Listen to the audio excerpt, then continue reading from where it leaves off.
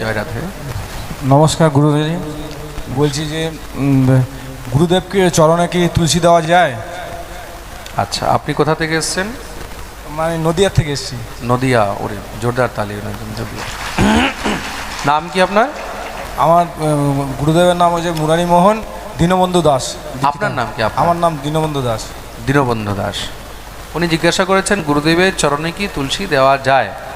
গুরুদেবের চরণে তুলসী দিতে নেই। খুব মন দিয়ে শুনবে। তুলসী একমাত্র গোবিন্দেরই চরণে দেওয়া যায়। গুরুদেবের মস্তকে দেওয়া যায় এবং গুরুদেবের বক্ষস্থলে বুকেও দেওয়া যায়। গুরুদেবের বুকে দিতে কোনো দোষ নেই, গুরুদেবের মস্তকে দিতেও কোনো দোষ নেই, কিন্তু তুলসী কখনো গুরুদেবের চরণে দেওয়া যায় না। গুরুদেব গোবিন্দ তুল্য, কিন্তু গোবিন্দ নয়। খুব মন দিয়ে শুনবে, গুরুদেব গোবিন্দ তুল্য কিন্তু গোবিন্দ নয়।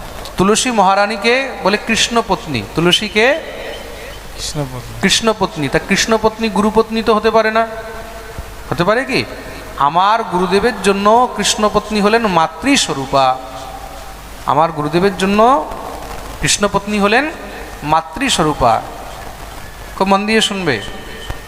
বৃন্দায়ই তুলসী দেব্যই চ প্রিয়ায়ই কেশবস্য চ। কেশবের প্রিয়া। তুলসী অন্য কারোর প্রিয়া নয়, তুলসী ভোলা বাবার প্রিয় নয়, তুলসী ইন্দ্রের চন্দ্রের কারোর প্রিয় প্রেয়সী নয়। প্রিয় আলাদা জিনিস আর প্রেয়সীও আলাদা জিনিস, বুঝতে পেরেছেন?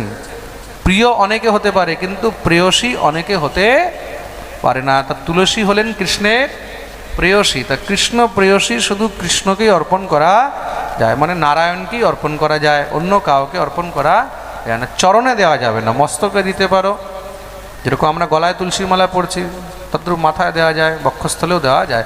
কোনো বৈষ্ণব গুরু কখনো এই আদেশ করতেই পারে না যে আমার চরণে তুমি তুলসী দেবে। প্রেম সে বলো। বুঝতে পেরেছো সবাই?